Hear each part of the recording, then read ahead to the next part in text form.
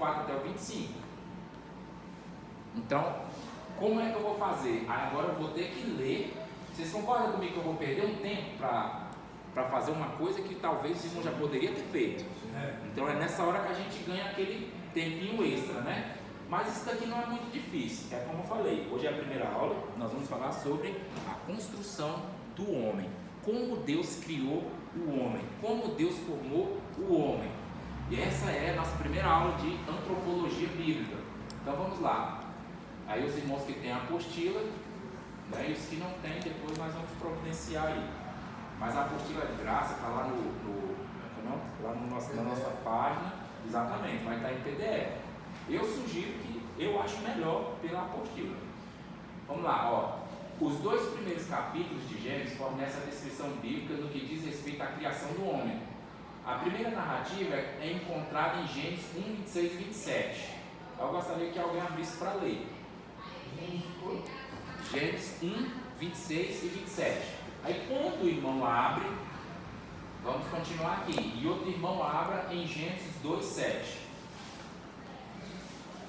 A segunda, em Gênesis 2, do versículo 4 ao 25, o irmão só vai abrir o versículo 7. Fornece alguns detalhes a mais. O complemento da primeira. Deus é o criador do homem, ele foi quem, em um ato especial, o fez em conjunto com os demais elementos constituintes da criação. Porém, o homem é a coroa, o dominador. Assim foi designado pelo Criador que, segundo o relato sagrado, ao criá-lo, usou uma linguagem especial. Façamos o homem a nossa imagem. Esse daqui já é conhecido dos irmãos, eu bem sei. Aí essa parte aqui eu já pulo, eu já começo aqui na primeira que estende. É da casa do meu pai. Não, nós vamos ler o versículo, capítulo 1, versículo 26 e 27. Diz assim, isso aí os irmãos já sabem, mas nós vamos aprofundar no texto. Aqui é um princípio a respeito da criação, da antropologia. Bíblica, né? Exatamente, bíblica. Nós vamos dar antropologia bíblica. Então disse Deus: façamos o homem à nossa imagem, segundo a nossa semelhança, e que domine sobre os peixes do mar, sobre as aves do céu, sobre os animais domésticos, sobre toda a besta da terra e sobre todo o réptil que se arrasta sobre a terra. E criou, né, Deus o homem à sua imagem, e a imagem de Deus o criou, macho e fêmea. Versículo 7 do capítulo 2, que diz assim: e formou o Senhor Jeová Deus o homem do pó da terra, e insuflou, né, e soprou, né, em suas narinas fôlego. Esse fôlego é o mesmo que o espírito da vida, e Adão tornou-se alma vivente. Então, assim, a grosso modo, Deus formou o homem com o pó da terra e com, né, imaginamos com o barro, que só o pó, né, ele se desfaz. Então, com a água, formou com o barro, e aí a Bíblia diz que Deus soprou, né, o fôlego dele de vida sobre o homem. Naquela hora o homem tornou-se alma vivente. Aí é aquele caso que eu falei, vamos assim dizer que os irmãos já tenham lido isso em casa. Então, como é que começaria logo a aula? Aqui eu ainda estou me familiarizando com o flipchart, depois nós vamos usar a mesa e vamos usar só o, como é que eu posso dizer, o projetor, né? Nós vamos fazer esse desenho lá. Então vamos lá. É uma coisa que eu falo para os irmãos, eu não desenho muito bem, minha letra também não é muito boa, então sugiro que os irmãos, ao olharem, quando eu estou desenhando, você vai criando na sua mente o seu aprendizado. E nessa hora é interessante que você esteja olhando, por quê? Porque talvez depois você não vai entender o que eu escrevi. É tipo aqui, se eu chegar e mostrar isso aqui para você, talvez você... O que é isso aí? Né? Mas na hora que você já viu fazendo, eu tenho certeza que se você fizer umas 2 vezes, você já consegue explicar isso aqui, aonde você chegar. né? Agora, se você só chegar e ver o rabisco, fica difícil, né? Mas se você viu criando, depois você consegue repetir. Quando você olhar, não, essa parte aqui é isso, essa outra parte aqui eu ainda não entendi. Aí a gente volta só nessa parte que você não entendeu. Entendeu? Fica mais simples. Então vamos lá. Vamos pegar aqui essa parte aqui. Nós estamos falando sobre a criação do homem. Então vamos dizer, aqui no caso eu vou representar Deus ou o Espírito, né? Como se fosse uma pomba isso aqui, tá? Você vai imaginar isso aqui, vamos dizer que fosse a pomba o Espírito Santo. Eu não vou nem desenhar mais para ficar pior do que já está. Então o homem, só um exemplo aqui, tá? Vamos dizer que aqui seja o homem. Foi criado, só um exemplo, tá? Vamos dizer que esse aqui seja o homem. Criou, está deitado aqui.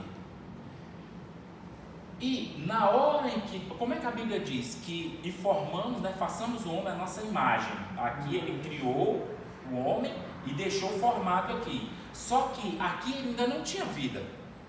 Foi necessário que Deus soprasse, né, sobre ele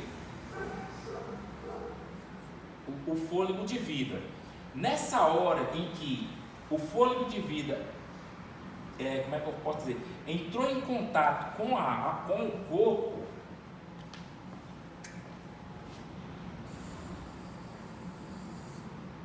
foi criado, aqui não dá nem para arriscar mais, foi criado um elemento chamado alma. Como é o exemplo disso? Vamos aqui para os irmãos entenderem de uma maneira bem simples. Na nossa apostila está tudo ali. Eu só estou extraindo ali para que você entenda. Então, um exemplo, qual é a fórmula da água? H2O. Né? Muito simples. É duas moléculas de hidrogênio. Duas moléculas de hidrogênio e uma de oxigênio. Formou-se o quê? O líquido. O líquido é a água. Vocês concordam comigo que aqui estava separado? Mas na hora que juntou as duas, transformou-se na água. Então, como é feito aqui? Deus colocou sobre o homem, soprou o seu espírito. Na hora que o espírito tocou no corpo, ele constituiu a alma. E o homem tornou-se alma vivente. Gênesis 2:7.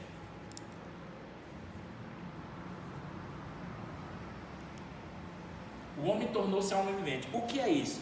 A Bíblia diz que Jesus é o espírito vivificante, né? Ele é progressivo. Ele é bênção? Oi? Ele é bênção? Sim, com certeza. Ele é extremamente mais do que essa parte aqui. Por quê?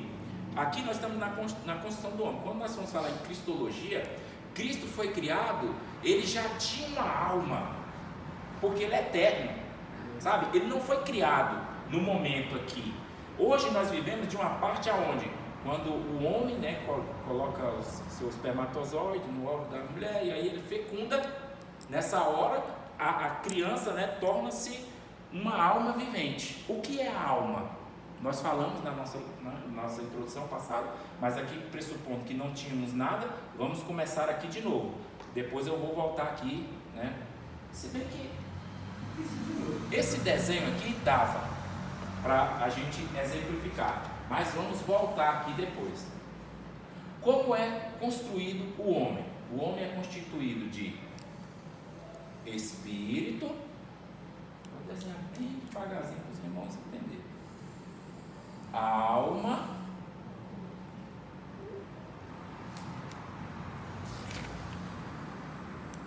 e corpo. Eu preciso de um caderno. Corpo. Você precisa de um caderno. Alma.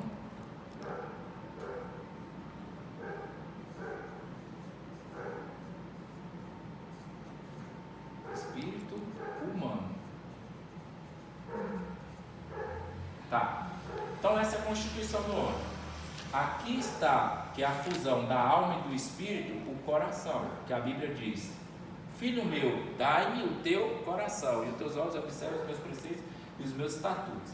E aqui, teoricamente, seria a mente do homem. Beleza. Nós não vamos nem falar do Zéu aqui não, vamos começar por aqui.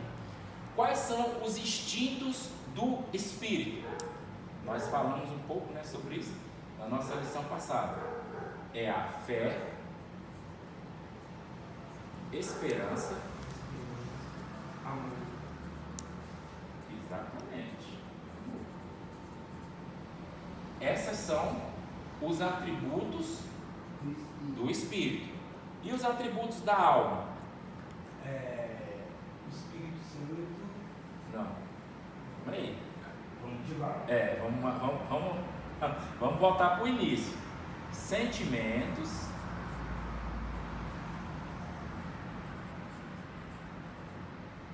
intelecto E riqueza. Claro. Oi? Riquezas.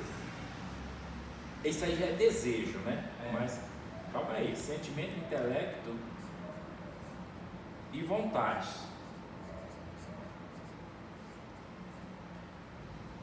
Sentimento, intelecto e vontade. No caso do corpo, quais são os atributos do corpo? Quem lembra? Visão, audição, Tato, visão, audição, paladar. É a mesma fala, né? E o olfato. Beleza. Essa daqui são os atributos.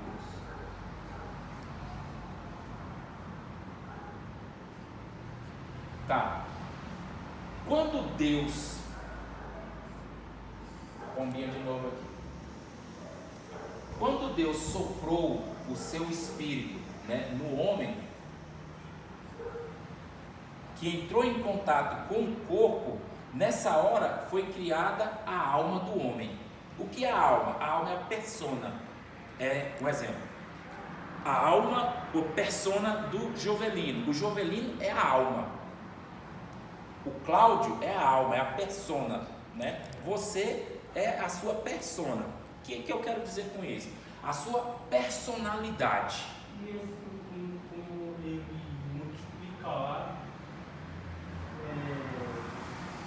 Você está lendo 1:28? Essa daí é mais para frente um pouco. Eu estou ainda na criação do homem. Aí ele diz: crescer e multiplicar. Olha só. Essa alma aqui, ela foi criada enquanto Deus soprou o fôlego de vida do homem e entrou em contato com o corpo. Nessa hora a alma foi criada. O Jovelino foi criado, ainda que seja, sei lá, uma semana e tal, ali já tem uma alma. Ele ainda não tem um corpo construído, mas a alma já foi criada. E a alma, ela não tem idade. Não, nós desenvolvemos o nosso caráter. Por quê? Porque o nosso caráter vem baseado nesses sentimentos aqui, ó. Sentimento, intelecto e vontade. À medida que vamos amadurecendo, vamos desenvolvendo isso daqui. A luta que a Bíblia fala que existe entre o espírito e o corpo, ela é travada na alma, na nossa mente. Por quê? Porque quando nós executamos no corpo, através de um desses sentidos aqui, que seja no tato, que seja na visão, na audição, no nosso falar, né, ou até mesmo no nosso pegar, vamos assim dizer, no nosso fazer, agir, isso já antes houve uma batalha entre a alma e o espírito. O que nos liga a Deus é o nosso espírito. O que nos liga ao corpo é a nossa alma. Não vai fazer nada o homem sem antes ter passado pela vontade dele, pelos seus sentimentos, pelo seu intelecto ou pela sua vontade. Os atributos do espírito, ele é totalmente ligado a Deus. Existe uma passagem que diz que quando o homem morre, nós vamos estudar mais para frente, que quando o homem morre, o espírito volta a Deus que o deu. Então o espírito é como se fosse, entre aspas, para os irmãos entenderem, como se fosse uma caixa preta. E o que tem nessa caixa preta? Um exemplo do avião. Quando o avião cai em determinado local, aquela caixa preta eles conseguem descobrir a hora do voo, o que aconteceu no avião, né? Todas as coisas que aconteceu naquele sentido. O que vai acontecer no dia do juízo? Essa parte do espírito do homem vai estar com Deus. É tipo hoje, por exemplo, o cara entrou aqui na igreja, tem a câmera, está filmando. É como se a câmera fosse o espírito. E no dia do julgamento, aí Deus vai pegar e fala, cadê a câmera? Aí a câmera está lá embaixo do cara. Aí passa ali no telão, tem como eu dizer que não é eu? Eu posso até falar, mas quem vai acreditar? Né? E essa câmera estava onde? Longe de mim? Não, diante dos anjos, anotando, que é uma testemunha ocular. Lembra que a Bíblia diz, fala que nós estamos diante de uma grande nuvem de testemunhas? Então a nuvem de testemunhas, às vezes você acha que é os irmãos, não, são os anjos que estão anotando tudo que nós estamos fazendo, e dentro de nós existe essa, entre aspas, né, essa caixa preta, como se fosse essa câmera, filmando todas as nossas ações, aonde a Bíblia diz lá em Hebreus, abre a Bíblia aí, eu vou colocando algumas referências aqui, Hebreus 4, versículo 12, quem encontrar aí, lê pra gente.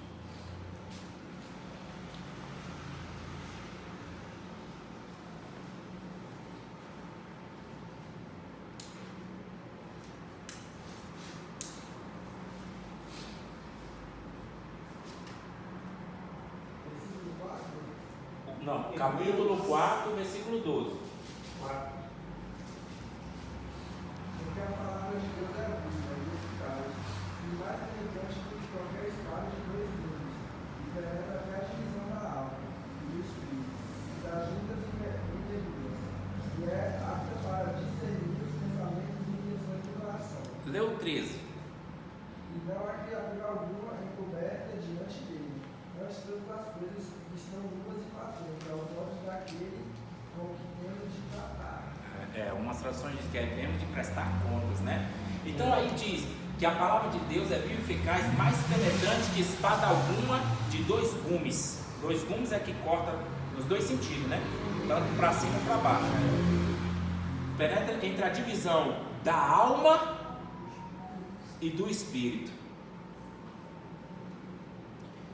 E que também penetra a divisão da alma e do espírito entre juntas e medulas, né? Que já está falando automaticamente aqui do corpo. Então, é como se, um exemplo, essa espada, vamos assim dizer, do juízo de Deus, ela viesse nesse sentido aqui. Fazer de conta, ela vai ter desenhado do outro lado. Fazer de conta que aqui é como se fosse essa espada.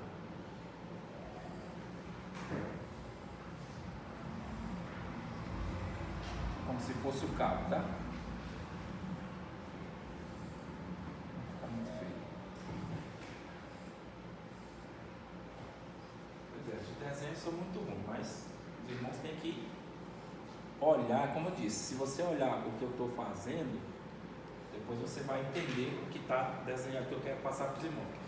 Então, a palavra de Deus é viva e eficaz, mais penetrante que espada alguma de dois gumes, que penetra entre a divisão da alma e do espírito, entre juntas e medulas. Que o autor, né, aos Hebreus está dizendo aí? Que nós seremos julgados pela palavra de Deus. Não pense tal homem que todas as coisas estão nuas e patentes diante dos olhos deles, a qual nós iremos prestar contas do que tivermos feito de bom ou de mal. O que é que vai fazer eu prestar contas são as ações da minha alma. O que me liga a Deus é o Espírito. Por quê? Porque Deus vem através do Espírito humano, Ele fala no Espírito humano, começando mudando a nossa fé, a nossa esperança e o nosso amor. A nossa fé já não é mais baseada na nossa mão, né? Na nossa capacidade, vamos assim dizer. A nossa esperança já não está mais ligada nas nossas posses, naquilo que temos. E o nosso amor nem sempre é aquele amor como, né, às vezes a pessoa, você chega para a pessoa, você vai conversar com a pessoa, ela parece que ela tem labirintite, ela pensa que o mundo roda ao redor dela. e que tudo é para ela, né? E que tudo. Não, ela já começa a ver o amor, não humano, mas o amor de Deus, que às vezes já começa a se prestar mais a outras pessoas. Deus começa tratando isso no espírito. Aí ele quer que a nossa alma, que é a persona, que é a pessoa, eu e você, né, seja mudada aos nossos sentimentos, o nosso intelecto, né, e a nossa vontade, não aos prazeres do corpo e da carne, não, aos prazeres e ao intuito do Espírito, como diz lá em Romanos capítulo 2, versículo 12. Quem lembra o que está escrito lá? Se não lembrar, é só ler. Romanos 2:12. Romanos capítulo 12, versículo 2. Transformai-vos pela renovação do vosso entendimento, para que saibais qual seja a boa, perfeita e agradável vontade de Deus. Então, Deus vai nos dar essa boa, perfeita e agradável vontade através do Espírito. E nós iremos ser transformados pela nossa fé, pela nossa esperança, pelo nosso amor. Então a ideia dele é que o Espírito vem, encha o nosso coração com esses novos sentimentos aqui. Nessa hora, toda a nossa alma vai se voltar não para os prazeres da carne, mas pelo esse novo entendimento que nós recebemos através de Deus, ser transformada a nossa mente, nosso entendimento, para quê? Para que Ele possa habitar nenhum desses intentos aqui, desses atributos aqui do corpo, para que Ele venha manifestar através de nós. Vamos aqui, tipo assim, fingir que isso aqui é uma orelha, tá? Orelha feia, né? Aí aqui como se fosse a boca, os olhos, fazer de conta que seja o nariz. Então, quando você ouvir, o seu ouvido já não seja mais como o ouvir de um humano normal, já seja um ouvido cheio de fé, de esperança, de amor. É como se fosse um antivírus, tipo uma palavra negativa, você já bloqueia. Não, isso não é de Deus.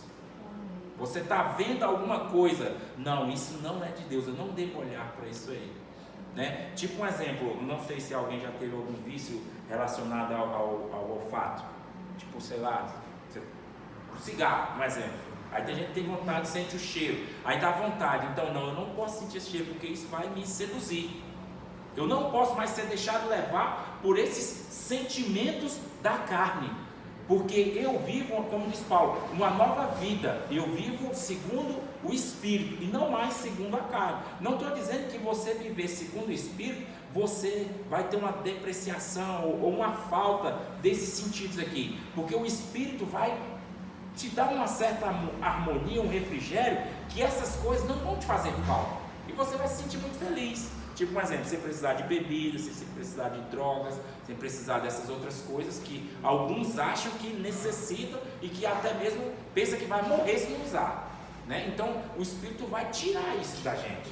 Nós não vamos sentir esse tipo de necessidade, como muitos já tiveram esse tipo, né, de vontades e que hoje na igreja não tem mais. Por quê? Porque recebeu essa nova porção do Espírito e ele já passou pela sua alma e está habitando no corpo, impedindo ele,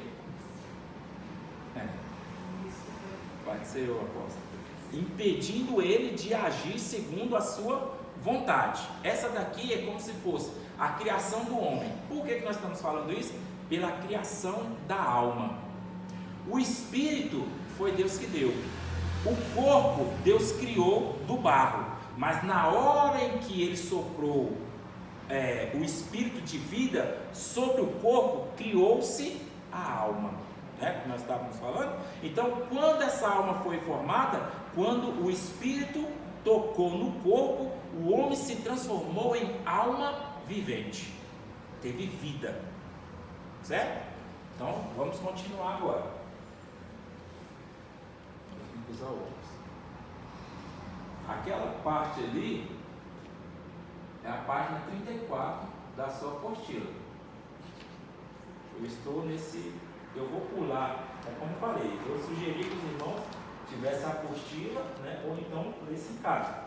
A parte 2.2.3. Parte material, nós já falamos aqui, os irmãos leem, aqui eu tentei explicar o que estava escrito aqui. A composição do ser humano. Existem uns, é como aquela parte que nós estávamos falando, do capítulo 1 da nossa apostila até o capítulo 5, são as teorias seculares, né, que o homem secular ensina. Está falando sobre os dicótomos, né? O que é o dicótomo? É aquele que acredita que o homem só tem corpo e espírito, ou corpo e alma. Mas nós não acreditamos assim. Por quê? Porque a Bíblia não diz isso. Mas nós temos que entender o que eles falam também. Por quê? Porque senão nós seríamos ignorantes, né? A pessoa vem falar conosco, aí a gente fala, não, isso aí não existe, porque não está na Bíblia. Não, você tem que provar para ele, baseado no conhecimento dele, que ele está errado. E você está refutado na Bíblia. Tá, essa parte ali, número 2. Os dicotomistas defendem que cada ser humano neste mundo é dotado de um corpo material por um eu pessoal imaterial. Lembra da persona que nós falamos da alma? A bondade também Só que essa bondade do homem não é a bondade que é transformada pelo Espírito. É tipo um exemplo, existe o amor do homem, que é esse amor eros, né? Então é aquele desejo desenfreado vamos dizer, pelo outro sexo. Deus nos dá o amor ágape, que é aquele amor que é capaz de se dar pelo outro. E o homem natural, ele não vai ter isso. Não. E muitas vezes nós na igreja não temos, né? Que tirar o homem natural.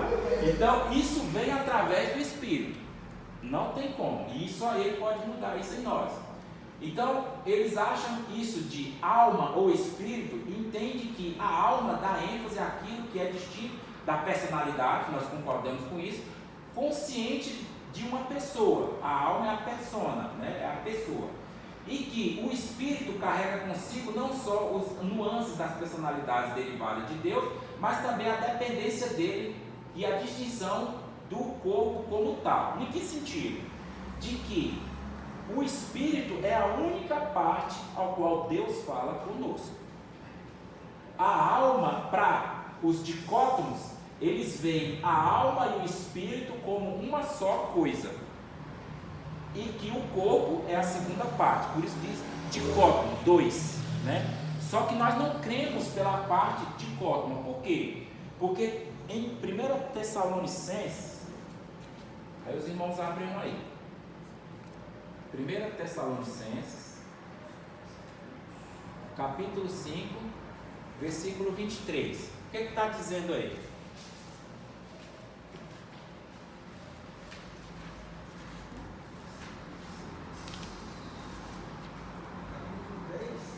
Capítulo 5, versículo 23. O que está dizendo? E o mesmo Deus Pai vos santifiquei em todo o vosso espírito e alma, e corpo sejam plenamente conservados e irrepreensíveis de nosso Senhor Jesus Cristo. Exatamente, é o que nós temos aqui na nossa apostila. Essa parte aqui, os tricotomistas. É o que eu estou falando. A minha ideia aqui não era ficar lendo. Eu só ia extrair o texto e explicar para os irmãos. É tanto que na próxima aula nós vamos falar sobre a queda do homem. Então nessa hora eu vou passar o texto, os irmãos vão ler, e aí quando nós chegar nós vamos tirar a dúvida, aplicar a experiência, e os irmãos vão continuar no entendimento. Os tricotomistas, o que é? É aquele que acredita que o homem é constituído de 3 partes, como a Bíblia diz: Espírito, vos santifique o vosso espírito, a vossa alma e o vosso corpo, e o torne irrepreensíveis até a vinda do nosso Senhor e Salvador Jesus Cristo. Então, se fosse só entre o nosso corpo e a nossa alma, o apóstolo Paulo tinha falado. Se fosse só o nosso corpo e o nosso espírito, o apóstolo Paulo tinha falado. Mas ele deixou bem claro: o nosso espírito, a nossa alma e o nosso corpo. Então, essas três partes fazem parte, né, do ser humano. Logo entendemos que nós somos o quê? Tricótomos. E vamos continuar aqui. A parte metafísica do homem. É como eu falei, né? O assunto de qualquer consequência é dividir o espírito e a alma. Vou botar aqui, é como eu falei, no caso da pastora Deise, vocês vão ter essa colher de chá hoje. Que aí é o que eu falei, eu espero que vocês leiam em casa. Aqui. Aí por que eu falo da apostila? Porque aqui eu já deixo marcado. E como irmão, eu quero tirar dúvida nessa parte. Aí às vezes no PDF você acaba se atrapalhando. No caso da apostila, você tem um espaço também, eu deixo a parte de trás, para que você venha fazer esses desenhos. Aí você não precisa de um caderno. Depois você já tem a própria apostila, já serve para isso. Então vamos lá. Qual é a parte interessante para nós aqui?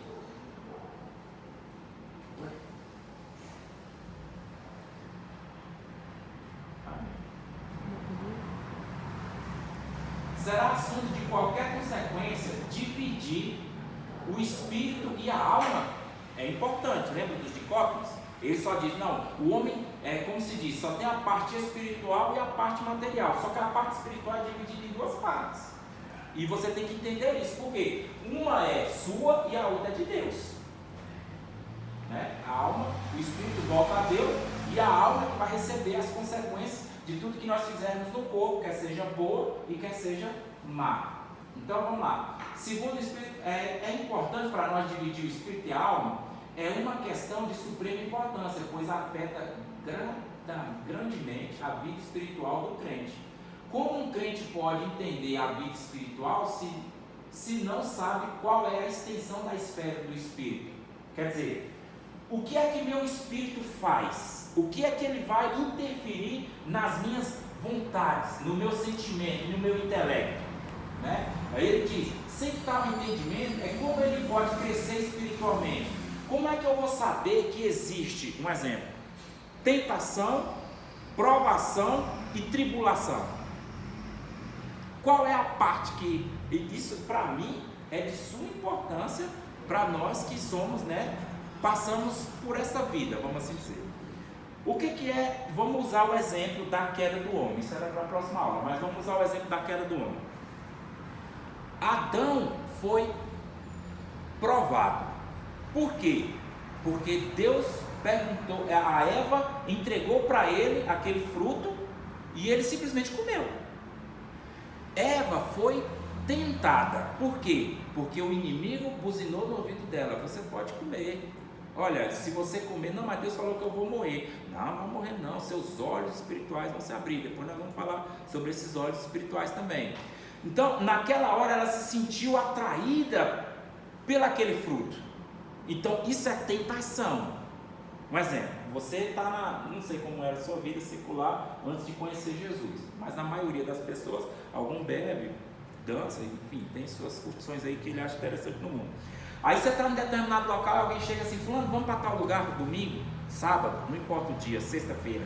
Aí você fala, não, não vou não. Aí você está fugindo porque você não quer ir. Aí parece uma coisa, toda hora você esbarra aquela pessoa com outra pessoa te chamando para ir para aquele lugar. Isso é o quê? Uma aprovação, uma tentação ou uma tribulação? Isso é uma tentação. Por quê? Porque tentação é tipo um exemplo, eu estou aqui, vamos assim dizer, eu quero tomar essa água. Só que, vamos dizer que isso aqui não seja água, fosse cachaça.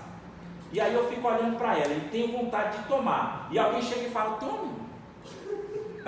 Ela está aqui, o cara tira daqui e leva para você, toma. Né? Aí você, não quero. Aí você sai. Aí quando nesse pensa ele chega de novo. Não, rapaz, mas está aqui, toma. Aí você está correndo, você está com sede, seu corpo vai pedir. Mas você fala, não, eu não quero. Isso é uma tentação. Ela está vindo até você e quer que você domine ela. É como a Bíblia fala lá de Caim, lembra? Que o pecado jaz à tua porta e cabe a ti dominar sobre ela. Então essa é a tentação.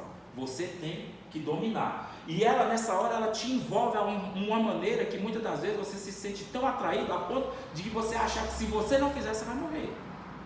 Lembra de... como é que é o nome daquele? Esaú? Quando ele chegou diante de Jacó e que ele estava com fome, ele falou: de que me vale a primogenitura se eu vou morrer? Me dá logo esse negócio aqui. Estava tentado, entendeu? E ele foi lá e comeu. Mas isso aí, depois a gente fala um pouco mais sobre isso. Então a tentação é aquilo que você tem vontade de fazer e que alguém traz para você, aí você rejeita. Você venceu a tentação. Tentação nada mais é do que instintos do corpo chegando à sua alma. Segue dos seus sentimentos, do seu intelecto e da sua vontade.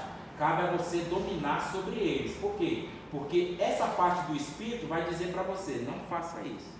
E o espírito e a sua alma guerreia para quê? Para que seu corpo faça as atitudes certas que vêm do espírito ou as erradas que vêm dos prazeres da carne. Então essa é a tentação. A provação. Provação é aquela parte em que você tem domínio sobre a situação. Um exemplo: eu estou com sede, mas eu posso muito bem não beber. Era o caso de Adão. A Eva chegou, a Bíblia não diz: Adão, come, porque se você não comer, Deus vai me lançar para fora do paraíso e você vai ficar só aí. A Bíblia não fala que houve nada, simplesmente que ela deu para ele, e ele pegou e comeu. Ele poderia muito bem ter pego e falado: olha, mulher, você não deveria ter comido desse fruto. Deus falou para nós não comermos dele. Ele poderia ter advertido ela, mas ele simplesmente comeu. Ele tinha domínio sobre a situação, ele poderia ter recusado, mas ele decidiu comer. Então ele foi provado. O que é provado é quando você tem domínio sobre a situação, mas você faz se você quiser. Você sabe o que é certo e você sabe o que é errado, mas você opta por um dos dois. No caso de Adão, optou pelo errado. Nós devemos optar pelo certo. Quem nos dá o entendimento e a luz do que é certo e errado? O Espírito. E tem a tribulação. O que é a tribulação? Tribulação é quando você quer fazer alguma coisa e algo ou alguém, uma circunstância adversa tenta te impedir de executar aquela tarefa. Isso é tribulação.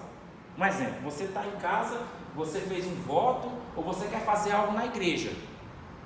E aí aparece um irmão e não vai não, vamos para tal lugar.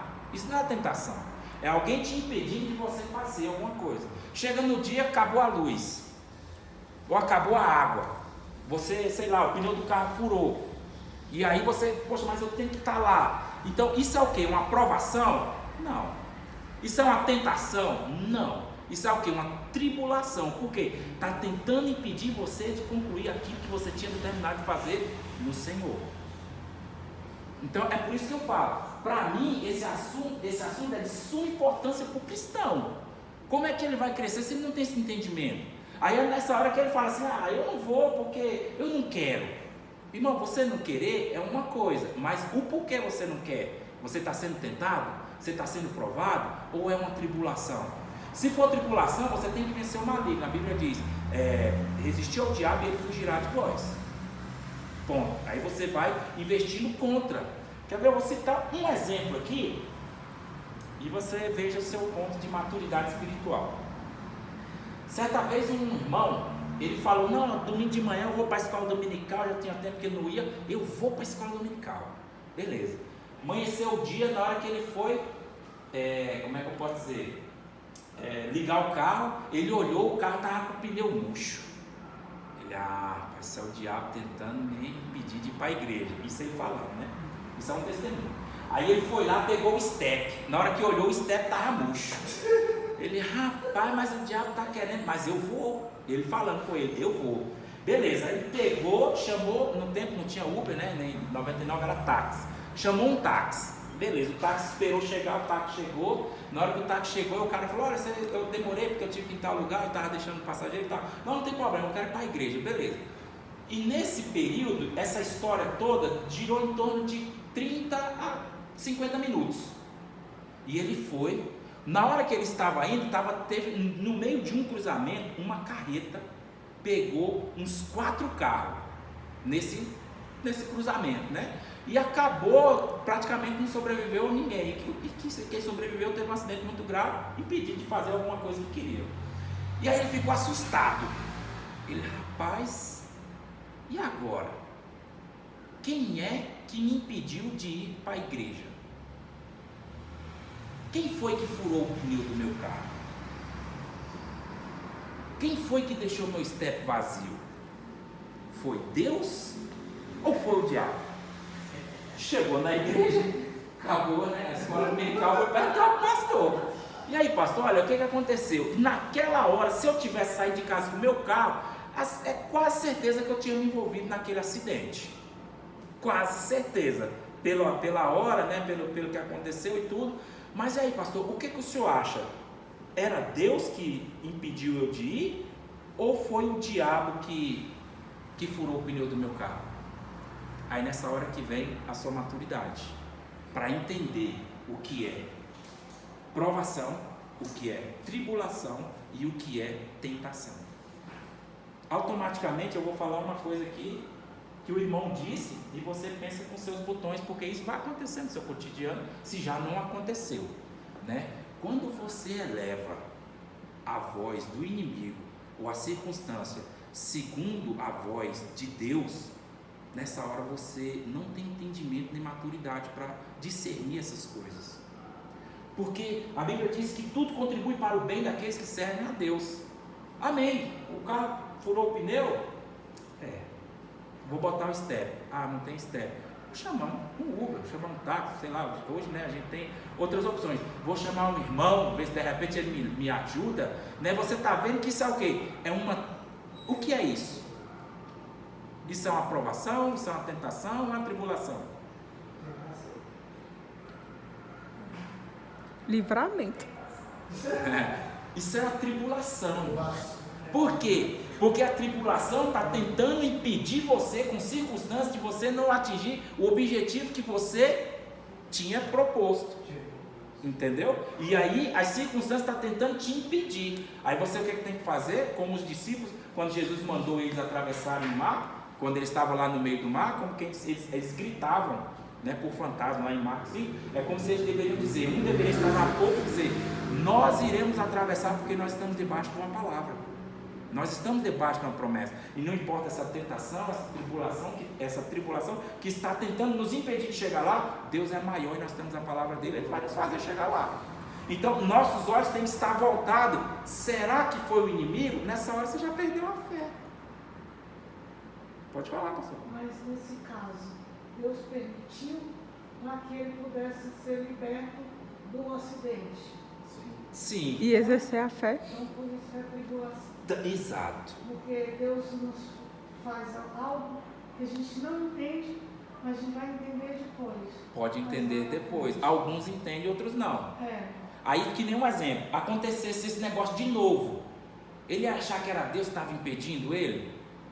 Não, por quê? Porque ele já passou por uma experiência dessa. Não sei se já aconteceu com os irmãos. De você, eu já vi com algumas pessoas. Às vezes você vai andando, rapaz, você está andando nesse lugar aí, está perigoso, os caras deram uns tiros aí e tal. Não estava sabendo. Não estava sabendo. Aí por que você não está ali naquela hora? Sei lá, porque acabou a água quando você estava tomando banho, porque deu um problema, menino, cachorro, o vizinho, alguma coisa aconteceu e você ficou intertido ali, Deus te deu um livramento antes de você chegar lá. Mas você não deixou de ir. Nessa hora você ficou sabendo que Deus fez por você, tá? Então, essa aí é só uma base, né? A respeito disso. Então, não elevar a voz do inimigo. Elevar a voz do inimigo segundo a altura, vamos assim dizer, da voz de Deus. A voz de Deus sempre tem que ser maior. Não importa que seja a circunstância, a tribulação ou a tentação. Nós temos que confiar. É como diz lá o apóstolo Paulo. Eu sempre guardo essa palavra no meu coração. Quando ele diz assim, aquele que começou a boa obra é fiel para terminar. No meio desse processo todo, nossa, quantas coisas, né? Nós passamos. Mas nós temos que acreditar que ele começou a boa obra. Ele é fiel para terminar. Ah, mas olha só, você está, que nem a pastora Deise, está hospitalizada, está acamada, né? Está dado como desenganada. O Senhor começou a boa obra. Ele é fiel. Nós temos que manter essa fé. Lembra lá de Romanos, capítulo 2:12? transformai-vos pela renovação do nosso novo entendimento, e para saber qual seja a boa, perfeita e agradável vontade de Deus. Então, o homem, quando foi constituído, ele foi construído, né, vamos assim dizer, nessas três partes, como nós citamos: a parte espiritual, que é o espírito; a alma, né, que é o lugar santo, que nós temos uma pré-entendimento a respeito disso aqui. Menino, foi quando nós falamos na nossa aula inaugural, que Deus tem uma construção do tabernáculo, do átrio e do lugar santo. Eu vou só colocar aqui como um exemplo de título para os...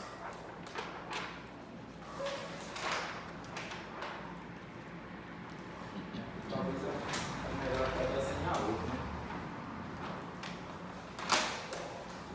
Ó, só relembrando aqui os irmãos que estavam aqui, e os que não estavam vão ter que pegar um pouco correndo, porque essa não é a nossa matéria hoje, é só para nós enclausularmos aqui essa ideia da criação do homem.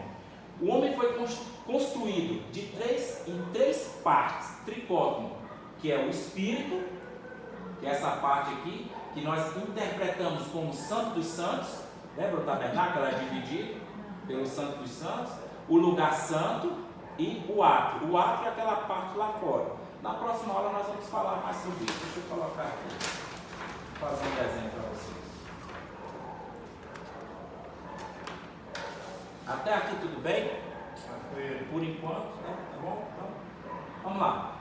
Quando Deus criou o homem, vamos aqui dizer, essa aqui é a parte, uma parte, outra parte,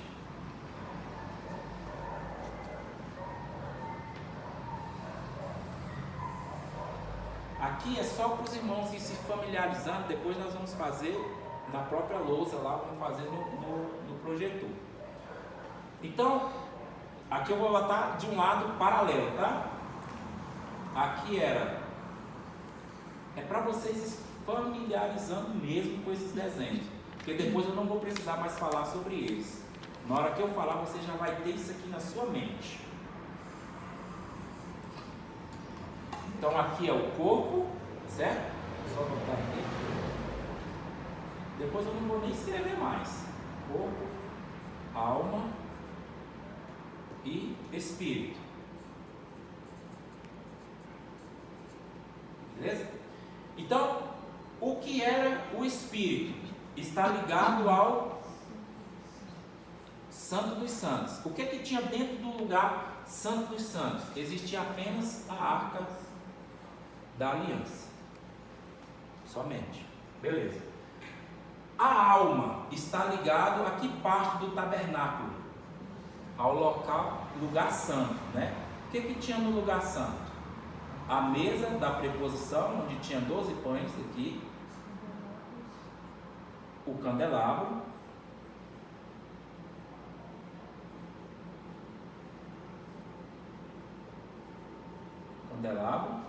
e o altar de incenso.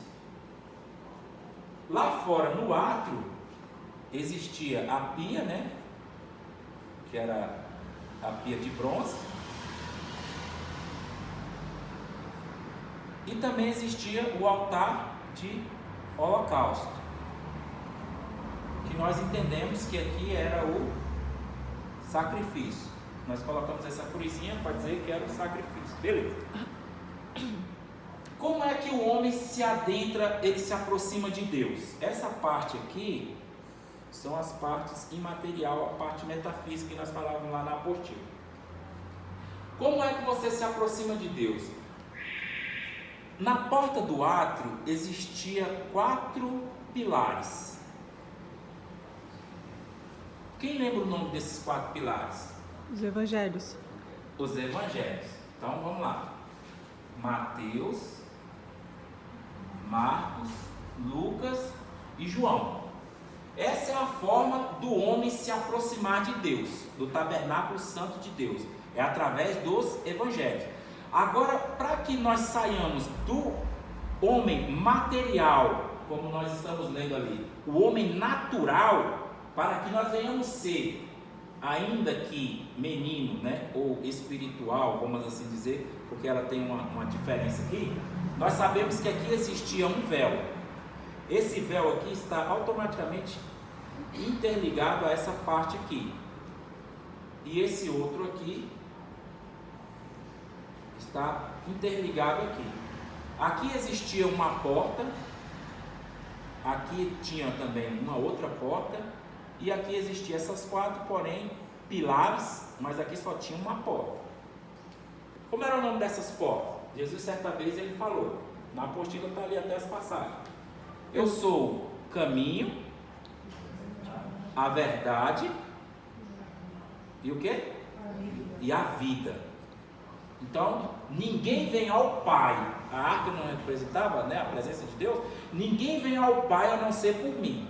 Para ir tem que passar por ele.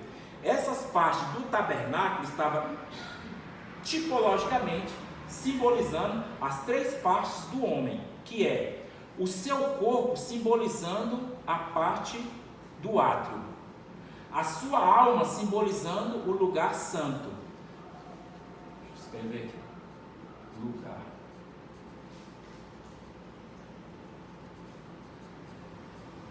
Lugar santo, átrio e santo dos santos. Então, essas três partes aqui estavam divididas. Tudo que você for ver na Bíblia relacionado ao Senhor, você vai ver em três partes. Por isso nós somos tricótomos, né? Lembra lá daquela parte da água que nós estávamos falando? A assinatura de Deus? Duas partículas, né, de hidrogênio e uma de oxigênio, constituiu-se a água. O homem foi criado do Espírito que Deus soprou sobre o corpo. Nessa hora, Gênesis 2,7, transformou-se o homem em alma vivente. Então, essa parte aqui simboliza pelo coração, que é aqueles atributos que nós lemos lá. E esse outro véu aqui simboliza também a mente humana, que está ligado a esse véu. Essa entrada aqui do Evangelho, como diz lá uma passagem, não sei se os irmãos recordam dela, Hebreus capítulo 6. Vou tirar só um exemplo aqui. Hebreus capítulo 6, versículo 1.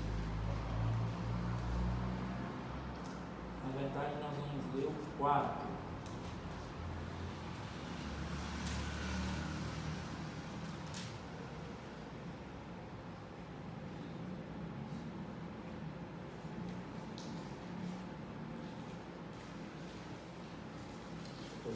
Capítulo 6, 4. Olha o que diz aí. Hebreus 6, 4. Porque é impossível que aqueles que uma vez foram iluminados, que provaram do dom celestial e fizeram participantes do Espírito Santo, versículo 5, ainda provaram da boa palavra de Deus e das virtudes do mundo vindouro, versículo 6, mas recaíram, sejam renovados outra vez para arrependimento, porque dessa forma crucificavam de novo para si mesmo o Filho de Deus e o exponham a vitupério. O que é que ele está dizendo aqui? Que uma pessoa que aceitou a Jesus,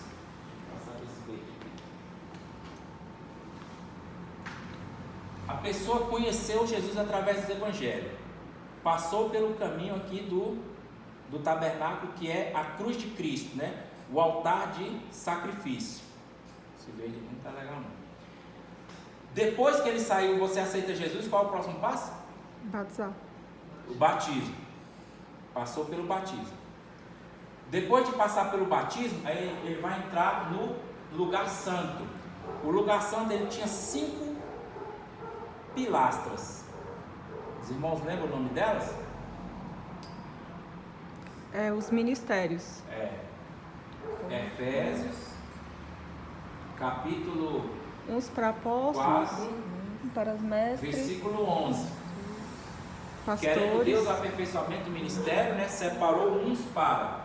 Aí ele colocou lá: apóstolos, profetas, evangelistas, pastores e mestres, professores, doutores. Vou botar um M aqui. Beleza. Então, a pessoa veio do mundo, entrou, conheceu a Cristo pelo seu sacrifício, se batizou e entrou nesse lugar santo aqui, representado pela alma, por um desses 5 ministérios. Aí ele diz que é impossível aqueles que provaram da palavra, que receberam e foram iluminados pelo dom do Espírito Santo, que participaram das revelações, né, que aqui é o altar de incenso, né, que é onde saíam as orações, que sejam mais uma vez renovados para arrependimento. Por que ele está dizendo isso? Porque depois que essa pessoa chegou nesse ato aqui, essa parte aqui, para ele já não existe mais. O autor dos Hebreus fala isso aqui no versículo 1 do capítulo 6. Portanto, é estabelecido os ensinamentos elementares de Cristo. Avancemos até a perfeição, sem lançar de novo o fundamento do arrependimento das obras mortas de fé em Deus e da doutrina dos batismos, das imposição de mãos, da ressurreição dos mortos e do juízo eterno. Isso faremos se Deus permitir. Como é que ele determina isso? No capítulo 9, a partir do versículo 1. Como é que ele fala sobre isso? Assim, a primeira aliança tinha prescrições para a realização do culto celestial no santuário terrestre. Lembra que esse daqui era o tabernáculo? Era o santuário terrestre. Aí ele continua: porque havia um tabernáculo disposto que a primeira parte chamava lugar santo. Onde é que é o lugar santo aqui? Essa parte aqui, certo? Ele não está falando do ato, ele está falando do ato.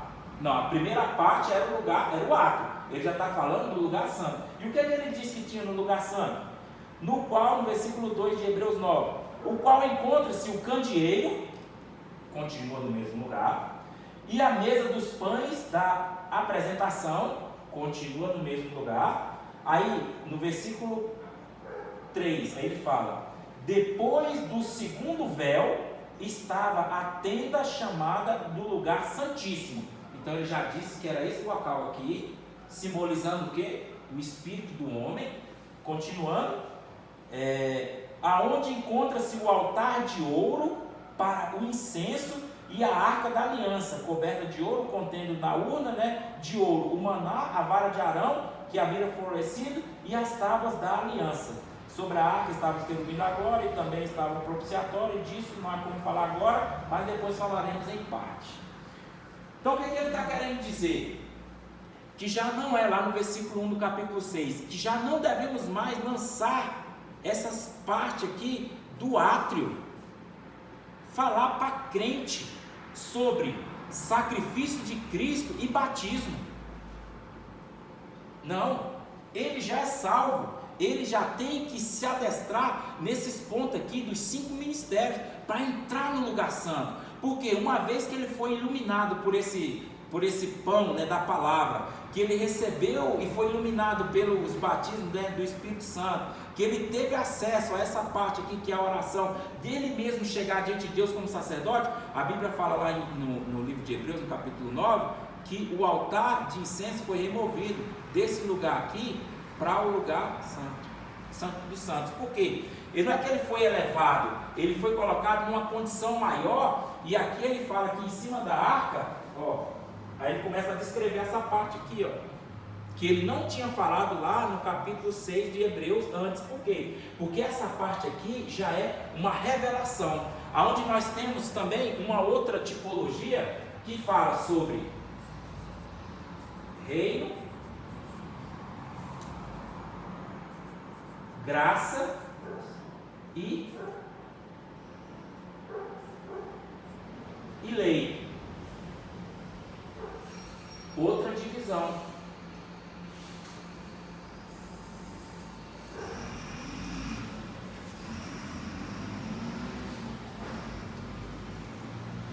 Veja que Por que as pessoas hoje só falam da lei? Porque estão nessa parte aqui, ó, na parte do corpo. São homens naturais, que vivem ainda, vamos assim dizer, como diz Paulo, né, tateando, procurando a salvação. Eles estão entre o altar, né, do sacrifício, que representa a cruz de Cristo, ou na bacia, que representa o batismo. Eles estão nessa parte aqui, baseando-se nos evangelhos, no átrio, quer dizer, do lado de fora, que é o autor dos Hebreus fala, que é o lugar santo, aonde nós devemos estar, não.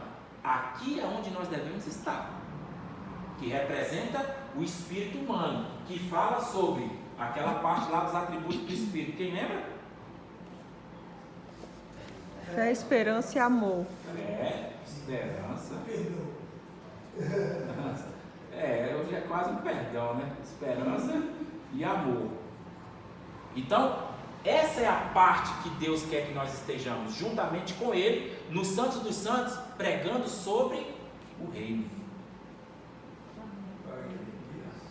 Te pergunto, irmão, onde é que você vê uma igreja falando do reino? Elas estão na maioria das vezes aqui, ó. Sai da lei, você faz, você vai receber. Aí vai para a graça. Não, Deus já fez por você. Aí depois ele cai para a lei de novo. Aí ele fica só nesse ciclo aqui, ó. Ele vai e volta, vai e volta. Aí ele vira um loop. Sabe? Uma coisa assim que não tem fim. Sendo que o apóstolo aqui, né, o autor dos Hebreus diz que lá em Romanos, o apóstolo Paulo diz que nós devemos prosseguir pelo fato do nosso novo entendimento, pela renovação do nosso entendimento, para que saibamos qual seja a boa, perfeita e agradável vontade de Deus. Deus quer que nós estejamos aqui. Por quê? Porque Ele nos tirou daqui. Nós estávamos nele. E Ele soprou sobre nós, né? Aí agora vamos voltar para aquela figura lá. Você vê que eu rodeei isso aqui tudinho só para falar isso aqui para você. Deus soprou sobre nós o seu Espírito no corpo do homem, na hora que o Espírito, né, o fôlego de vida de Deus encostou na carne, que era o barro que Deus tinha construído, nessa hora formou o homem como alma vivente. Então nessa hora veio o irmão Jovelino, veio, né, o obreiro ali, Micael. Então por quê? Porque Deus soprou, e quando o homem morrer, aquela historinha que nós estávamos falando da caixa preta, lembra? O espírito volta a Deus que o deu, a carne vai para a terra, porque ela veio da terra, e a alma vai ser preservada. Para quê? Para juízo. Vai receber os bens que fez, quer seja pela sua parte boa, vamos assim dizer, por meio das suas obras, né? Como ele usou o seu corpo. Você, eu, o irmão Jovelino, vai prestar contas a Deus como ele usou esse corpo aqui. O que ele fez desse corpo vai prestar contas a Deus. Aí lembra que eu estava falando que o Espírito é como se fosse aquela caixa preta semelhante àquela câmera? Os anjos estão anotando tudo que eu faço, mas dentro de mim tem algo que os anjos não estão vendo, que é onde nós lemos lá em Hebreus capítulo 12, 13, que a palavra de Deus é viva e eficaz, mais penetrante que espada alguma de 2 gumes, que penetra até a divisão da alma e do espírito. Por quê? Porque nessa hora ela vai estar dentro de nós. Tipo um exemplo, eu estou aqui, mas você não sabe quais são as minhas reais intenções. Deus sabe. Às vezes quando você faz algo, Deus vai julgar o que você fez, não como eu, o homem, vejo. Porque Deus falou para Samuel, falou: olha Samuel, quando ele foi ungir Davi, você está vendo esse homem aí? Ele não serve para mim. E nós falamos muito da parte de Davi, achamos legal, porque Deus tirou ele lá de trás da lã das ovelhas malhadas, mas você tem que ver que, para mim, o principal personagem ali não era Davi, apesar de que ele foi lá para ungir tudo, era Eliabe. Eliabe, né? O nome dele? E o irmão, uma coisa é você ser aceito pelo homem. O profeta olhou e falou: pronto, é esse, acabou. Vou te ungir agora. Deus falou: calma aí. O meu reino não. Meu reino não. Eu quero um que não é como os seus olhos. Então aquele homem foi rejeitado por Deus. Lembra aquela passagem lá de Mateus capítulo 7, versículo 20? Que Jesus diz que: mas muitos me dirão naquele dia: Senhor, pelo teu nome nós profetizamos, no teu nome nós expulsamos demônios, pelo teu nome nós operamos maravilhas. Então vos direi abertamente: apartai-vos de mim, vós que praticais a iniquidade, nunca vos conheci. Então, assim, você ser escolhido é uma opção. Não, por quê? Porque alguém te escolheu. É tipo um exemplo. Vai ter... Aí as mulheres vão entender o outro lado, o homem entende de outra forma, né? Vou citar o exemplo dos homens. O cara está lá para jogar bola. Aí o cara escolhe: eu vou levar o Micael, vou levar o irmão. Aí vai deixando um exemplo. No final, o Cláudio. Aí o Cláudio fala: poxa, por que o cara não me escolheu? Né? Porque ele achou que ele era ruim. Entendeu? Já no caso das mulheres, é o dia de casamento. Aí vai escolher as madrinhas. Aí escolhe outra. Fala: poxa, por que ela não me escolheu? Pastora Cosmin também né? tá de fora. Então, ela não está aqui não. Então, é nessa hora, a escolha não é opção sua, é de quem te escolhe. Agora, você ser rejeitado, isso é complicado. E não é rejeitado por um homem, amém, né? Fazer o quê? Mas rejeitado por Deus. É como esse cara foi, como Eliabe foi, e como nós às vezes fomos quando queremos fazer algo que Deus não aprova. Mas enfim, essa palavra, ela vai diante das nossas juntas e medulas, entre a intenção. Quando você fala dessa caixa preta, é quando Deus vai provar a gente pelas nossas obras? Essa caixa preta para julgamento? Sim. É como se fosse para... 1 Coríntios capítulo 3.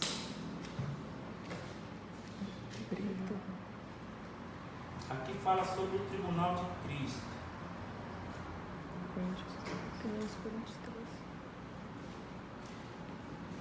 Do versículo 11 até o 15, a Bíblia diz: porque ninguém pode pôr um fundamento além do qual está posto, o qual é Cristo Jesus. Sobre esse fundamento edificou edifícios de ouro, pratas e pedras preciosas, sabendo que a obra de cada um vai ser provada. Porque pelo fogo há de ser provada, e essa que não for queimada, esse tal receberá galardão. Aí ele fala de ouro, pratas e pedras preciosas. É porque eu já queria desenhar, isso que eu corri para cá.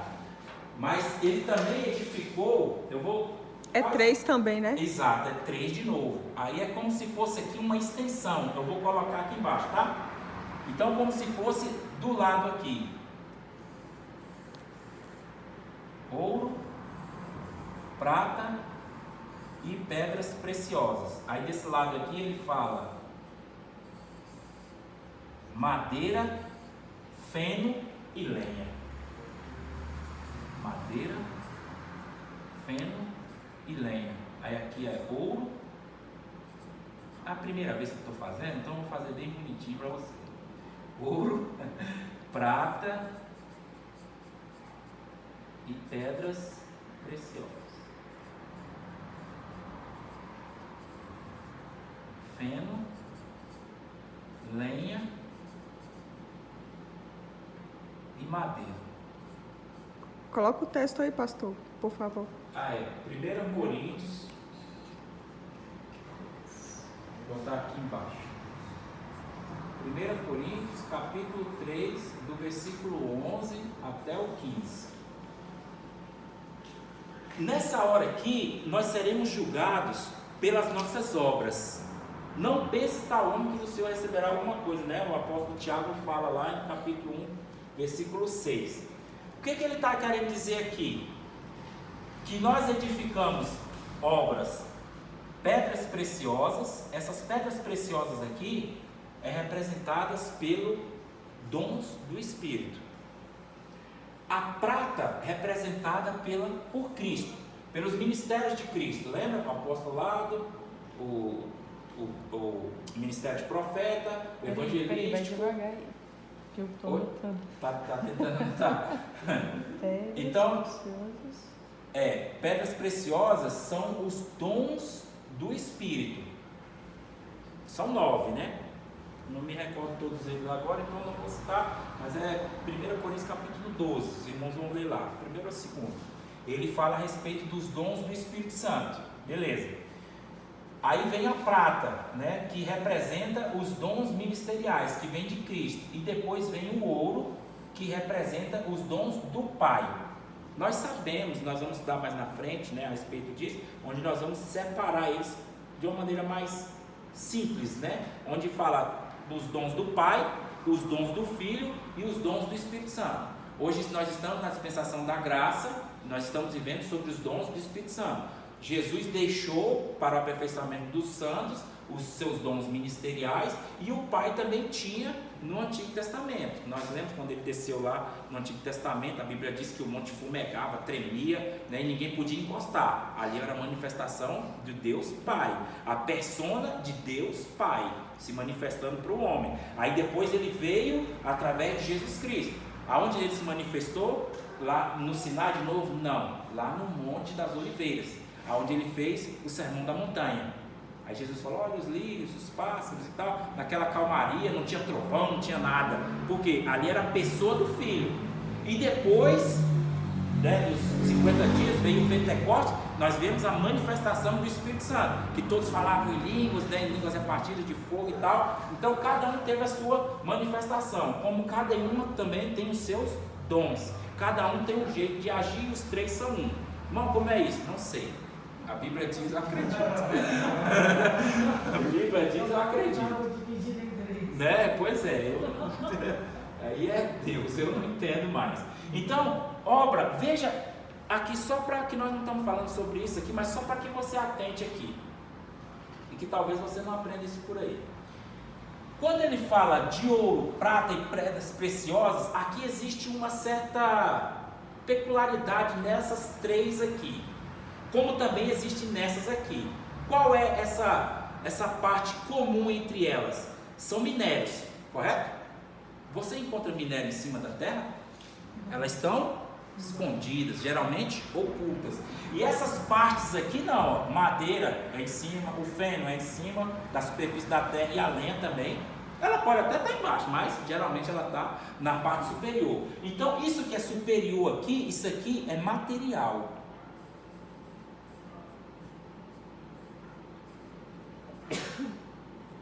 Material. E essa outra parte aqui, ela está oculta, então ela é o que? Espiritual. Tá, você já entendeu já o que é. E essa parte espiritual, ela está ligada, automaticamente ligada ao lugar santo. Existe uma natureza. Aí aqui era mais um outro complemento aqui. Nós não vamos mais, se você quiser anotar, tipo como se fosse ali do outro lado. É como eu estou dizendo, irmão, tudo baseado nas escrituras é 3.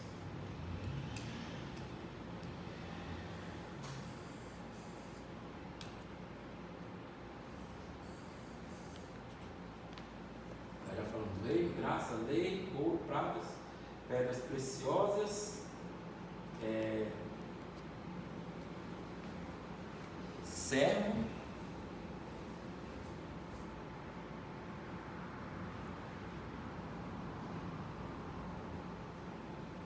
servo, filho, não, amigo. E filho.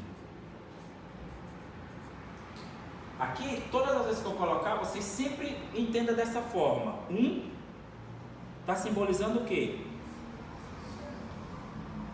Tá, essa parte aqui de baixo. Simboliza o quê? O átrio. O átrio. Está automaticamente ligado ao tabernáculo, ao corpo. E também se refere à lei.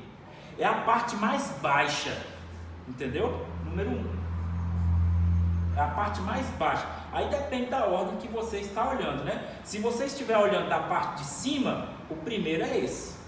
Em que sentido? Espírito, alma e corpo. Se você estiver olhando da parte de baixo, o primeiro é esse. Corpo, alma e espírito. Então, como nós estamos introduzindo esse tipo de doutrina, talvez alguns não tenham visto, então nós vamos por baixo, na parte do servo, que se encontra no átrio, que fala do altar, do sacrifício, que é a cruz de Cristo, e da bacia de bronze, que fala da água, né, da lavagem. Então, muitos estão na igreja, veja, nessa hora você vê a maturidade da pessoa. Eu sou um servo. Quem é o servo? É um criado. É um que pode ser substituído. Deus, eu quero ser seu servo. Irmão, é bom, mas desculpa a falsa, como é que a gente fala? Tipo assim, às vezes a pessoa não tem entendimento do que fala. O servo é uma pessoa que, no meu ponto de vista, ele não serve para o reino. Por quê? Existe o amigo e existe o filho. Aí é a hora, não, você quer ser servo, você quer ser amigo ou você quer ser filho? O servo é como um exemplo de uma parábola que Jesus fala, que um homem, quem de vós sendo senhor e seu servo lhe aprontou todas as coisas, e quando chegar no final do dia você vai dizer para ele, olha, vem aqui meu servo, coma e depois vai te arregalar? Não, você vai dizer, prepara o meu e depois que comer, você vai comer e você ainda diz e bate no peito, porque você ainda é servo inútil, porque você só fez aquilo que eu mandei você fazer. Então, se você tem a intenção de ser apenas um servo, você está, desculpa a expressão, abaixo da mediocridade. Mediocridade não é no pejorativo, é dizendo que você está abaixo da média. Porque mediocridade só quer dizer isso, média, é uma pessoa mediana. Ele nem é bom demais e nem é ruim demais, ele está na média. Entendeu? É a média. Então, a média seria o amigo e não o servo. O servo está abaixo. O servo está ligado ao quê? A pedras preciosas, que já é bom demais, mas no caso da Bíblia ele está ligado à madeira, ele está ligado à lei. Ninguém é salvo pela lei, irmão. E está ligado ainda no corpo, ele ainda está no átrio.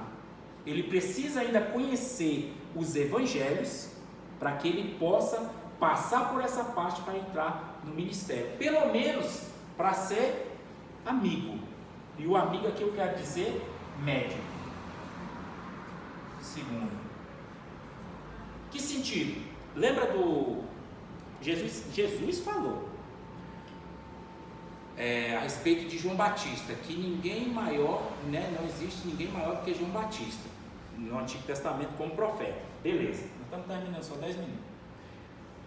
João Batista, ele falou que não queria ser servo, também não queria ser filho, bastava para ele que ele fosse amigo do noivo. Aí eu te pergunto, o amigo não é ruim, você vai no casamento, tem um amigo do noivo, ele vai ter um local ali reservado, já é legal, melhor do que estar servindo, né, com a bandeja, já é uma posição diferenciada. Mas quando vem para essa recâmara aqui da intimidade, aqui existe apenas duas pessoas que entram: o filho e não é a esposa, aí eu vou botar cônjuge. A noiva. O filho e o cônjuge. Aí eu te pergunto, esse daqui é como eu falei, depende do lado que você olha. Se você estiver olhando de baixo para cima, a ordem é essa.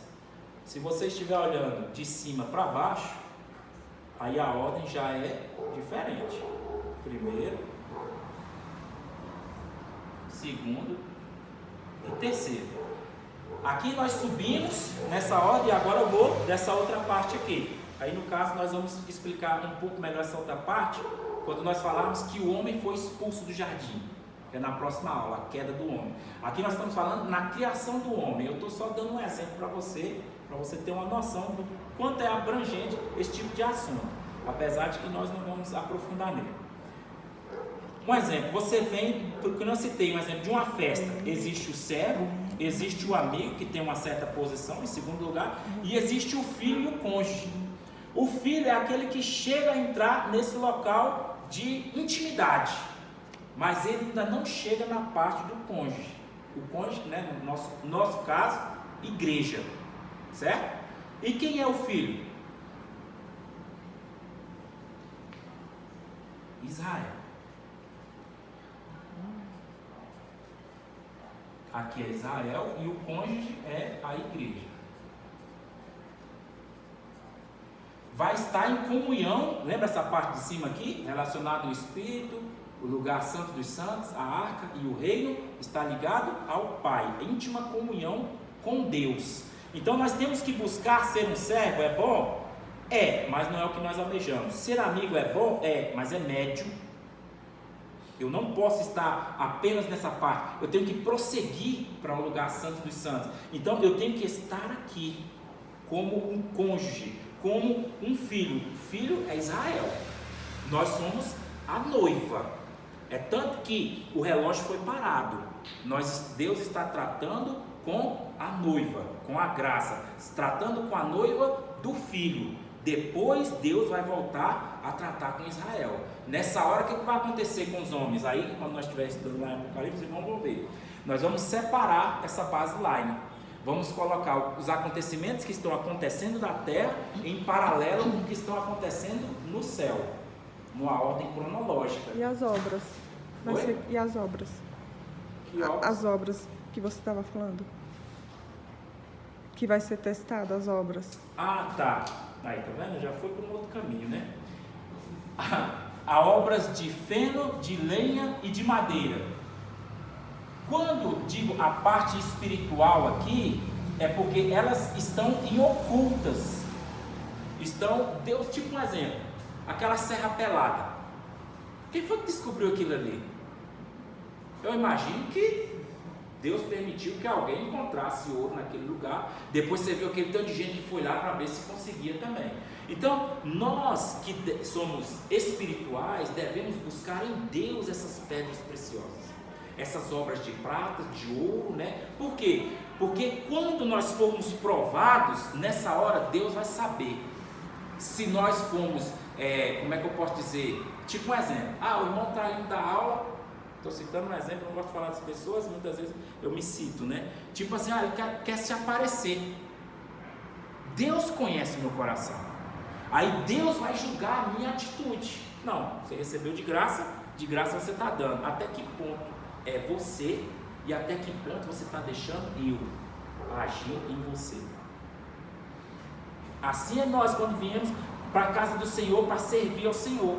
Até que ponto Deus está usando essa nossa parte aqui do corpo como servo? Até que ponto Deus está usando a nossa parte aqui da alma como amigo? Ou até que ponto você está deixando Ele te usar como um filho e como um cônjuge? Quando eu falo a respeito aqui dessa parte aqui de filho, é tipo um exemplo, existe uma empresa. O pai quer que o filho tome conta da empresa. O amigo, ele é legal? É, mas ele nunca vai chamar o amigo para estar aqui no quarto dele, em comunhão com o pai, ou até mesmo com o cônjuge. Nunca. O máximo que ele vai chegar é aqui como amigo. Já no caso do filho, ele está próximo. Ele vê o pai em dificuldade. Pai, o que está acontecendo? Eu quero te ajudar. Eu quero estar com o Senhor. E a noiva vai falar, não, é um negócio da família, é meus filhos que estão nesse negócio, eu vou me gastar. Você vê pessoas se gastando, se esmerando, por quê? Porque ela não tem mentalidade de servo, ela não tem mentalidade de amigo, ela tem mentalidade de filho, ela tem mentalidade de cônjuge. E isso está ligado totalmente a essa parte aqui, lei, graça e reino. Por quê? A graça nos dá um entendimento de que nós estamos próximos de Deus. Eu não tenho apenas que fazer para receber, como a lei, eu sou um servo. Não, eu sou um amigo, eu estou na graça, eu tenho privilégios, né? Mas não, eu estou no reino, e o reino é ligado a cônjuge e a filhos. Eu tenho que fazer parte. Você dificilmente vê uma igreja falando sobre reino. Por quê? Porque para falar sobre o reino, você tem que ter passado por essa fase da lei. Você já tem que estar titubeando, não entre a graça e a lei, mas entre a graça e o reino. Então, é como disse, né, um apóstolo diz, eu tenho que me gastar no evangelho. Ai de mim se eu não pregar o evangelho. Ele está na graça, mas sendo puxado para o reino. Por quê? É como ele mesmo fala, o apóstolo Paulo. Ai de mim se eu não pregar o evangelho. Ele também diz assim, que se ele não pregar o evangelho, como as nações conhecerão o Senhor? O reino não é dele. Não é dele. O reino é de Deus. Mas ele se vê tão, como é que eu posso dizer, compromissado em fazer a vontade de Deus, que ele se sente como um filho. Eu não posso deixar a peteca cair, não posso deixar o empreendimento, né, ser lançado. É como uma esposa que vê, ou como um esposo que vê os negócios da família indo ao chão. Ele se compromete. E aqui eu encerro com uma comparação. É igual quando chega alguns irmãos na igreja que se destaca mais que outros, porque ele aprendeu essa mentalidade logo. Ele já, com certeza, eu imagino também assim, com certeza ele já tem uma mentalidade um pouco maior que a de servo. Ele não faz porque ele vai receber algo, mas porque ele é filho. Porque ele já faz parte do reino. Ele já tem essa mentalidade de filho ou de cônjuge. Aí, tipo um exemplo. Você já viu um livro, ele é secular, O Monge e o Executivo? Já ouviram falar dele? Aí ele diz assim, que existe no café da manhã americano o porco, né, que é o bacon, e a galinha, que é o ovo. O que acontece nessa história aí? A galinha, ela estava apenas envolvida com aquela situação. Por quê? O que ela fez é uma coisa excepcional. Ela botou um ovo, né? Nós não conseguimos fazer isso. Ela foi lá e colocou um ovo. Ela fez um esforço e pronto. Deixou o ovo lá, foi embora. Já no caso do porco, não. O porco arrancaram uma tira das costas dele. Ele se comprometeu. Ele não estava envolvido. Ele se comprometeu. Então, quem se compromete, ele não tem mentalidade de servo. É tipo um exemplo. Está tendo um culto, uma vigília, alguma coisa aqui na igreja. Aí, vamos dizer um exemplo. O irmão está aqui, o irmão caiu. O irmão sabe onde é que está os panos. O irmão sabe o que tem que fazer, mas ele está ali. Não, se o irmão lá não fizer. O irmão, a apóstola está lá. Não é possível que ela não viu isso. Né? Isso é mentalidade de quem? De quem está comprometido? De quem é filho? De quem é um amigo? Não, de servo. Se mandar, eu faço. Se mandar, eu subo no monte de joelho, eu desço rolando, mas só se mandar. Mentalidade de servo. Amigo, não, você está conta comigo. Se precisar, eu estou com você. Mentalidade de amigo. Poxa, irmão, você está em dificuldade, olha, eu estou aqui, vamos fazer alguma coisa, vamos tentar, a gente tem que mudar esse quadro, a gente tem que tentar, vamos orar, vamos buscar em Deus. Mentalidade de filho, mentalidade de cônjuge. Porque está visando o reino, passou dessa mentalidade aqui, aí está subindo, uma hora ele cai para a graça. Não, agora eu sou amigo. Aí depois ele volta para o filho de novo. Então essa é a mentalidade que nós temos. E ela vem sendo criada através do conhecimento.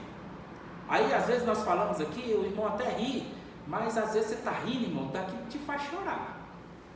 Tem hora que às vezes a pessoa fala assim, meu Deus do céu, mas é como se diz, você já sabe por que você espera. Eu vou contar um testemunho meu. 97 mais ou menos. Eu era assim do mundo, sabe, irmão? Assim, não tenho muita alegria em falar sobre isso não. Mas eu estava na porta e tinha um pano sujo, que os irmãos naquele tempo lá não tinha esse privilégio que os irmãos têm aqui, lá era batido, terra e tal. Aí os irmãos entravam, aí ficava aquele pano sujo, era cooperador. Aí eu ia lá, empurrava com a ponta dos pés, o pano, né, esticava, e os irmãos entravam. Tinha uns que cumprimentavam, outros não, entravam, eu ficava lá, falava amém. Aí o irmão pregando lá, e o irmão sentado com a jaqueta de couro, era um missionário. Ele pregava, né, no Brasil todo, né, no ministério Poder da Fé. O mais antigo aqui lembra, o tempo do Fade, pastor Zeli, pastor Silvana deve lembrar desse povo antigo aí. Não que ela seja antiga, mas tem mais tempo na fé, entendeu? E são nossos pais na fé, irmão, são nossos pais na fé, né? Então, é porque tem uns aqui que nunca ouviu nem falar, né? Então, é o que eu estou dizendo.